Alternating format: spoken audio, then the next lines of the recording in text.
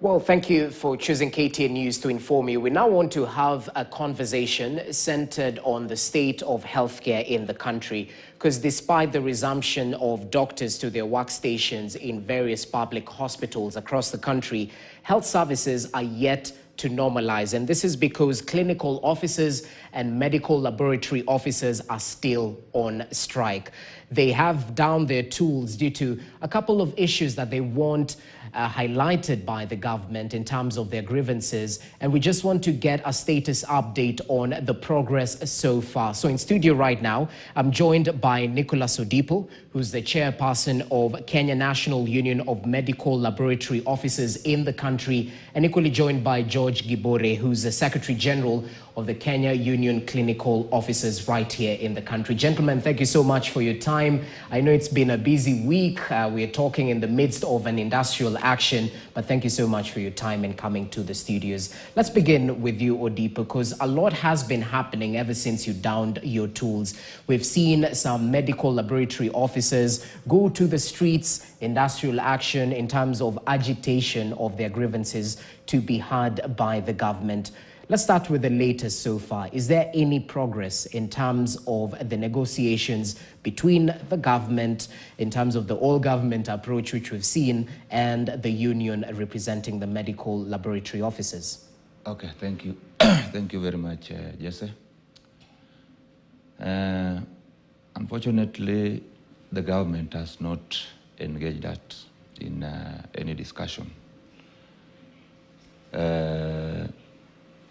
Despite the fact that they are lying to the public that they have engaged us, because there was a time the CS Health was asked in the National Assembly and the Senate, and she said that she had already engaged us and given a direction on what we were supposed to do. I have not seen that engagement because I have not been called to the Minister of Health to do any form of engagement. Those who have engaged us are 6 counties. Okay. And in these counties, we have managed to sign a recognition agreement with them. Because basically, this, our strike, the irreducible minimum is about a recognition agreement that must be signed as per the law. Without a recognition agreement, then we'll not be able to go back to work, because we had already sent that request, especially the Minister of Health. We sent that request in 2021. We again reminded them in 2023, at least thrice. But they have been treating those requests with contempt. So, where I sit, I don't understand why the Minister of Health is not able to sign with us a recognition agreement, because this recognition agreement do not require any monetary issue. Okay. It doesn't require much time, because this is something that they were supposed to have forwarded to their legal department for approval. And we sign it. It can only take around 5 minutes to sign that recognition agreement, and we are through with this issue. And why is this minimum requirement? What are you seeking to accomplish once this recognition agreement is signed, briefly? Now, as per the Labor Relations Act, for you to negotiate a collective bargaining agreement with your employer, you must have signed a recognition agreement. Okay. So for now, we cannot forward any collective bargaining agreement to the employer for a negotiation. So that's the reason why we want it to be signed, so that we can also start the process of that collective bargaining agreement, because our members are waiting for us to give them that CBA. Yes. Okay, that's well noted. Let's cross over to the clinical officers who are still on strike. Gibore, thanks so much for your time. And we're talking at a time when negotiations are ongoing. What's the latest in terms of the plight of the clinical officers in the country? Is there light at the end of the tunnel, or you're still at the same place you were over 30 or 40 days ago when the strike started? Thank you, Joseph, first for inviting us at least to highlight these key issues.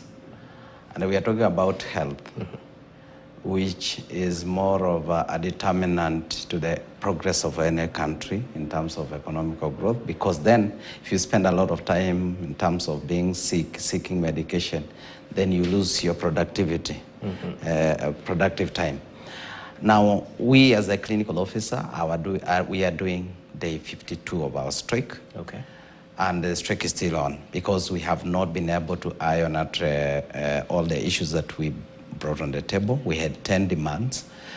Yes, we have been engaging the ministry, and actually we have made some progress on a number of issues. A key issue is like the ministry now has managed to actually have our career progression guideline approved, which is a key document that informs the enter-job group and also the progression of any professional and their exit point.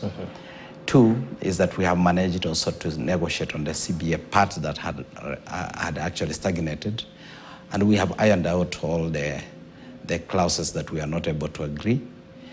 The only issue remaining, which the ministry has agreed with us, is on the risk allowance that we negotiated in 2013 and 2021, and it is an item also on the CBA, because that's the only monetary clause that that has been flagged probably for consideration, which the ministry agreed with us in 2021 that being the most, or rather the highly exposed practitioners, they agreed to improve our risk allowance from 3,000 to 15,000. So that's an increment of around 12,000, which we have computed very well, so that then someone should not be shocked that what is that the figure which we require the whole year is 980 million. For the risk allowance. For the risk allowance, yes. The whole year, for both the county and the national government. Yeah. Like the ministry only need around 10 million. If you separate for all the counties, they need between 17, the highest require around 38 million, which is Nairobi that has the highest number. Okay. But a majority is between 17 to around 25 million. And those are negligible for any county that receives billions, especially taking into account that these are matters of health. Now, we still have many other issues pending that we have not been able to agree.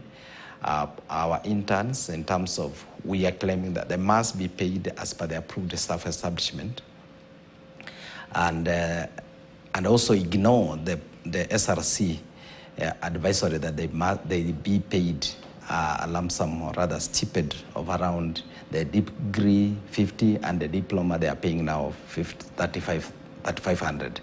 It's against the approved staff establishment. We have not also agreed on the UHC staff. These staff are staff that were employed during COVID time. Yes. They bailed this country when we were in our most need. Actually, this country needed them most. When everyone was working from home, the healthcare workers were working, exposing themselves, meeting the patient who had already been exposed to, or rather had COVID. Yes. We lost a number of them. Now, the only gift this government will have given to this staff, because they are just receiving also a peanut, let me call it a stipend of around 50, actually a majority around 40, and others 50. Okay. For those who have degree and diploma and the certificate. So these staff have been worked for 3 years. They finished their first term last year, and they extended for 1 year. Okay. In accordance to the advisory of the SRC, of the Public Service Commission. Now, our expectation was that the ministry, with the council governors, the counties, allocate resources to put them on permanent and pensionable, so then they harmonize their terms of payment. We have had them, even the recent past. We had one of our clinician actually taking her life and her daughter's life because they cannot be able to meet their basic needs. And they have been struggling. You can't even pay medical bills. it is actually a push to mental anguish, so to say. Others will call it depression, but me, I look at it, it is something that has been pushed to them, and some subsequent mental anguish. Okay. And this is a suffering that people must be, the government must be deliberate. And I believe when you talk about health, and looking at even the projection that we are seeing with the current budget, where there is a lot of deduction from the ministry, the budget for health. Allocated to health, yeah. I must say it very clear that we have a government that is losing direction in terms of what Kenya need most. You can't take away hope that people have and replace it with fear or replace it with hopelessness. If you see healthcare workers in being helplessness, that we feel like we have no one to listen to our complaints, and you expect them to be stable, to see patients and give hope to patients, I think then we are losing direction. So I'm saying in a simpler word that we have talked, and we have had several meetings, actually to be precise, 3 meetings with the Council of Governors, but we have not agreed. Yes, we are coming up with a return to work. We believe we'll be having another meeting tomorrow, and subsequently there's another one on Friday. We hope then that can bear fruits so that we are able to go back. And you'll see health sector has more than 17 professionals. Even when you resolve the issues of the medical officers, the doctors, they go back, they are just 5,000. With a population of over 50 million, clinical work, we share clinical work with the medical officers. Okay. So the patient I see, there's no medical officer sees them. So in any case, now with the absence of like our anesthetists, theaters are closed. I think you saw the circulation of some of the facilities are now not operating. They are there, yes, they went back, but they can't do, because we have to work synergetically. Exactly. It's unfortunate that now county has resorted even to force interns to purport to be the one sitting in the outpatient to see patient against what is the guidelines. Okay. So it's good to know there's a little bit of progress. Yes. Return to work formula is ongoing. But Odipo, there's some issues that converge in terms of the clinical officers, laboratory officers, when it comes to risk allowance and whatnot. They are pushing for an increment, is it? And you're pushing for risk allowance, actually. Why not synergize and work together? Is it possible for this unions within the health sector to sit down at the table with the government, sort of a one approach from the health sector, just the same way we are seeing a one approach from the government? Because they might be using divide and conquer tactics. So what do you say about that? No. If you define a union, which says that you have to present a particular group of people in a particular trade. Okay. We are different. We might be looking for one factor, but our trade, we apply it in different fields. Even though we have been working together until the time for the strike. See, when you're issuing a strike, you cannot issue a strike as 2 unions. You go as one, unless you converge and form a federation of unions. I get you. That is when now we can say, I and Gibore, we can work together. Okay. But by law, we are not supposed to work together. We can only synergize ourselves. But when we go to meet the employer, then we meet the employer as a union. So there's no divide and rule per se, but what is worrying us is the content. Because if theirs is going on, ours is at standstill, and even nobody cares about the existence of that strike.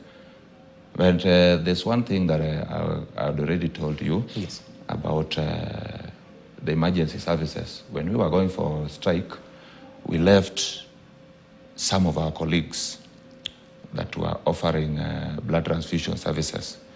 And blood transfusion services, normally it is a very critical component in healthcare services. So we said that you guys, you can help as we go to to the streets to to fight fight, disaster, yes, yeah. to avert a disaster. But now that the ministry has decided not to engage us, it is like they are comfortable. They are not feeling the effect of the strike. We told those people, our colleagues, that now you have to shut down the blood banks. And from now, they had already started, they shut down the doors of the blood banks on Monday. Let me assure you that within this week, there will be a public outcry. Because you see now, what we normally do is different with what Kinagibore does. Yes. Right now, the doctors are back at work, but there's minimal activity going on because the doctors relies on the lab to give them guidance on what they're supposed to do.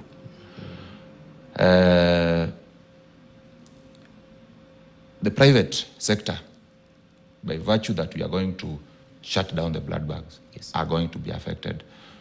When doctors were on strike, people were going to the private sector and things were moving normal. But in our case, the private sector relies on us I get you. to give them blood. So the moment we shut down that one, the private, the ripple effect will spread to the private sector. And it's going to be very, very dangerous. Because the moment the ripple effect reaches them, and that is the only backup plan Okay. that people have as a country when the public is on strike, now they will not have any backup plan. Yeah. Understandable. So, and you mentioned irreducible minimum recognition. Recognition agreement. Is it just that? Because you were pushing for a couple of issues, including employment of 10,000 additional laboratory officers. What are the boxes that the government needs to tick in order for the medical laboratory officers to return to work? Now, Yes. one thing that we will not go without is a recognition agreement. That one is a must. Okay. And that one we are not going to compromise anything. We are not even going to accept that give us time. We have to sign a recognition agreement. Okay. Two. Number two is the issue of promotions and redesignation of our members. Yes, because we have counties that have really messed up our members, Okay. whereby people work for 10, 12, 13 years without promotion. You are earning the same salary that you are employed with. So that one, we must also have it on the table. Noted. Before we return back to work. I also spoke about the comprehensive medical cover. Right now, as we are aware, the NHIF is not helping our members. And even if it were there, NHIF cannot cover you comprehensively. And we found a situation whereby our members are suffering when they fall sick. And our members fall sick very easily because of the exposure they're getting from the patients. And you see, even the PPEs that we are supposed to use to prevent or to minimize infection spread is not available. Yeah, okay. Yeah? So we must get that comprehensive cover. That one is also a reducible minimum. Number 4 is about the risk allowance. As Gibor is negotiating for enhancing, we are only requesting them to reinstate. It was there. It is not that it is something that has never been there. Yeah. But somebody somewhere decided to get it out of us. When was it withdrawn? We realized that it was withdrawn 2 years ago. Okay. When people were promoted to Job Group K. That's when now there's no risk allowance. The ones at Job Group J and H and G have the risk allowance. Yeah, But the moment you are promoted to Job Group K, the risk allowance is not there. So we are telling them that they must reinstate that risk allowance. Okay. Then on the issue of the 10,000, that one we can now see how to compromise because we cannot. It is something that cannot be done overnight. We understand that, but they must give us a clear guideline on how we are going to they are going to employ the 10,000, because there are a lot of shortage in the country, and our members are being overworked with this shortage. But now, it is not even about the members being overworked. You see, the moment you are overworked, then even the quality of services you give is compromised. Yes.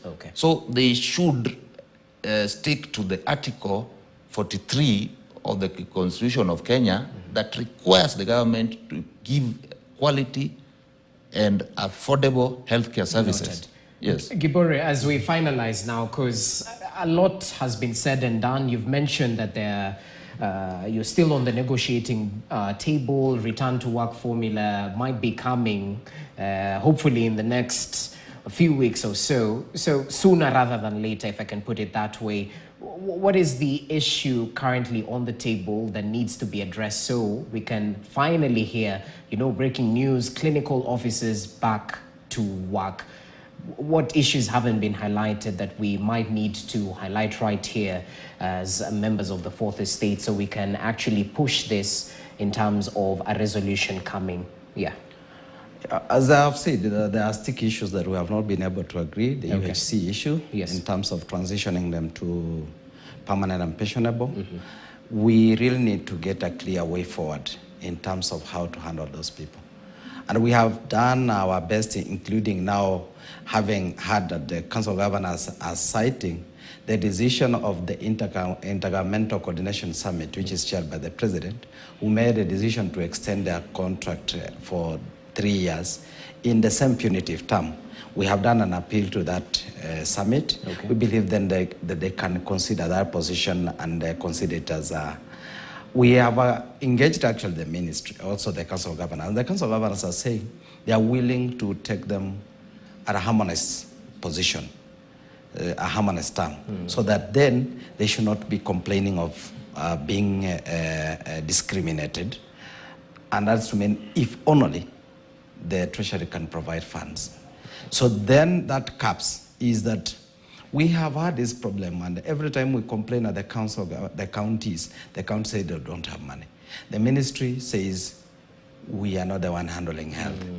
This issue of devolved function, as they continue to claim, and you will see it, is that Council of Governors, they will say that health is devolved fully when they are convenient, when it's their convenience, when they're happy about whichever is happening. But when it's not working well, they will just lag and say it is the Minister of Health. The Minister of Health continues to say. So we have a bigger problem, and our call has been that the President need actually to maybe take a lead. He's the one who is leading this country and say, hey, listen here, we have been we went to devolution. We are doing more than 10 years, actually 12 years. Let me say, more than 14 years. What is it that we have not done well? What have we learned with the implementation of the Constitution? Then do and hold it. And we are calling for a health audit. Then we realize that we have had numerous strikes in the health sector. And all the issues are similar. Promotion, delayed payment, arrears, CBA issues. And everyone is like, we have no center that is holding. So if the center is holding, then the only thing to do is to come back and actually say candidly that we need to take a decision. Whether it is painful to the county, whether it's painful to the people who normally do business with the sector, then we need to make a decision, because in any case, when we lose people, the people we are losing when we are on strike, by virtue of not being able to make a decision centrally, they will never wake up to come and celebrate any changes or reform that come in their sector. The biggest problem we have beautiful laws, beautiful policies, implementation become the problem, because in any case, no one is owning up.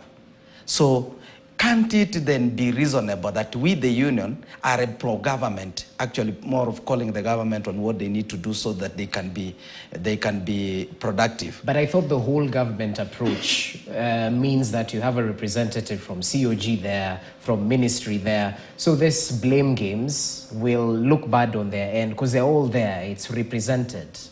I think this is more what I can call rhetoric than action. Because one, look at even when they were negotiating with the KMPDU. All right. They negotiated at the central place, but at the end of the day, the decision was made at the Council of Governors, and because that is what the law is. Yes. So these other things, there's no basis. And that is why we say, until we realize that there is a problem in the sector, even if we postpone this problem will never go away. It is like actually covering, or rather, it under the carpet, covering maybe a snake that it will change to be fish. It will never be. It's still a snake, and it will not turn. Okay. So this problem is not going to change until it is well addressed. Let me finish and say this. Yes.